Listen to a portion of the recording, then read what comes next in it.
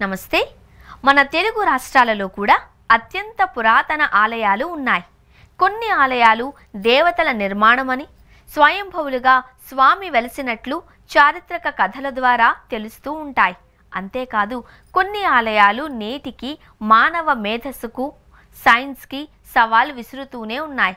మరికొన్ని దైవ ఘటనలతో, నమ్మకాలతో ముడిపడి అందమైన శిల్పకళా సంపదతో అలరిస్తూ ఉంటాయి. బ్రహ్మంగారి కాలజ్ఞానం ప్రకారం ఈ ఆలయంలోని చేపకు జీవం వస్తే కలియుగాంతమట. ఆంధ్రప్రదేశ్లో ఆ ఆలయం ఎక్కడ ఉంది? ఆ విశేషాలేంటో ఇప్పుడు చూద్దాం. భారతదేశం ఆధ్యాత్మికకు నెలవు. మన దేశంలో అత్యంత ప్రాచీన పురాతన ఆలయాలు ఎన్నో ఉన్నాయి. అంతేకాదు మన దేశ ప్రాచీన సంస్కృతిని తెలియచేసే కట్టడాలు, చారిత్రాత్మక కట్టడాలు, పుణ్యక్షేత్రాలు, వాస్తుకళా సంపద, ప్రకృతి అందాలకు నెలవు. అలాంటి అందమైన పురాతన ఆలయాలలో ఒకటి ఆంధ్రప్రదేశ్ కడప జిల్లాలోని నందలూరులో వెలసిన శ్రీ సౌమ్యనాథ స్వామి ఆలయం. ఈ ఆలయానికి సంబంధించి అనేక నమ్మకాలు, విశ్వాసాలు ఉన్నాయి. అందులో ఒకటి పోతులూరి వీరబ్రహ్మేంద్ర స్వామి. ఈ ఆలయం గోడపై ఉన్న ఒక చేపకు జీవం వచ్చిన రోజు కలియుగాంతం అవుతుందట. బాహుదా నదీ తీరాన ఆహ్లాదకరమైన ప్రశాంత వాతావరణంలో ఉన్న శ్రీ సౌమ్యనాథాలయం చోళ శిల్పకళా సంపదకు సజీవ సాక్ష్యం. ఈ నందలూరును పూర్వకాలంలో నిరందనూరు, నిరంతరపురం, నెలందలూరు అని పిలిచేవారు. ఇక్కడ గుడిలో ఉన్న స్వామివారు తిరుపతిలో ఉన్న శ్రీవారి విగ్రహాన్ని పోలి ఉంటుంది. సౌమ్యనాథుడు ప్రశాంతమూర్తిగా ఇక్కడ కొలువైయున్నాడు. భక్తుల కొంగు బంగారమై కోరిన కోర్కెలు తీర్చే దైవంగా కీర్తింపబడుతున్నాడు. శ్రీ సౌమ్యనాథుని ఆలయం దాదాపు 10 ఎకరాల విస్తీర్ణంలో నిర్మించబడింది. ఆలయ వాస్తుశిల్పకళా సంపద నేటికి చూపరులను కట్టిపడేస్తుంది. ఆలయ నిర్మాణ చరిత్ర 11వ శతాబ్దం పూర్వార్ధంలో కుళుతుంగ చోళుడు శ్రీ సౌమ్యనాథ స్వామి ఆలయాన్ని పునర్నిర్మించాడు అని, స్వామికి 20 ఎకరాల మాన్యం ఇచ్చినట్లు ఆలయంలోని శాసనాల ద్వారా తెలుస్తుంది. కాలక్రమంలో ఈ ఆలయాన్ని చోళ, పాండ్య, కాకతీయ, మట్టి, విజయనగరం మొదలైన రాజులు 17వ శతాబ్దం వరకు దశల వారీగా ఆలయ నిర్మాణాలను చేస్తూనే ఉన్నారు. ఈ ఆలయంలో 54 శాసనాలు ఉన్నాయి. ఎక్కువగా తమిళంలోనే కనిపిస్తాయి.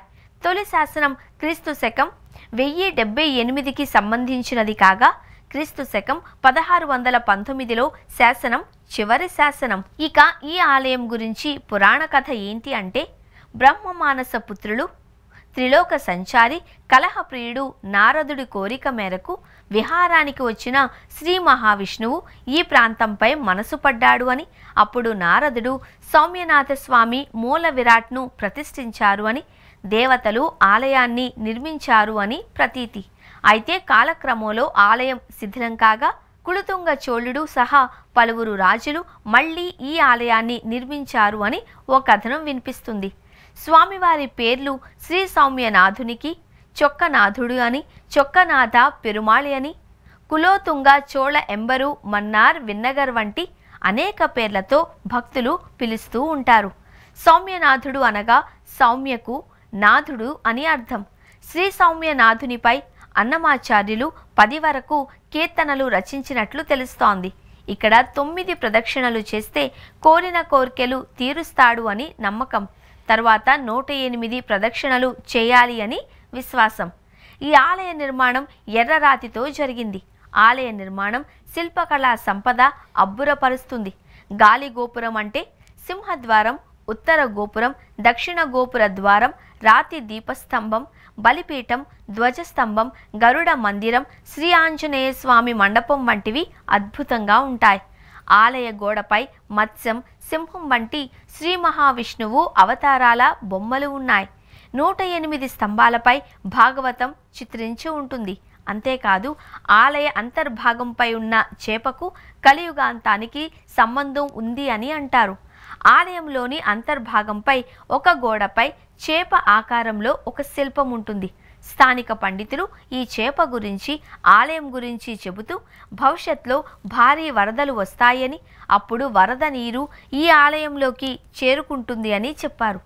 ఆ వరద నీరు ఈ చేపను తాకిన వెంటనే ఈ చేపకు ప్రాణం వస్తుంది అని, అప్పుడు నీటిలో ఈదుతుంది అని, అప్పుడు కలియుగాంతం అవుతుంది అని పురాణాలు చెబుతూ ఉన్నాయని అంటున్నారు.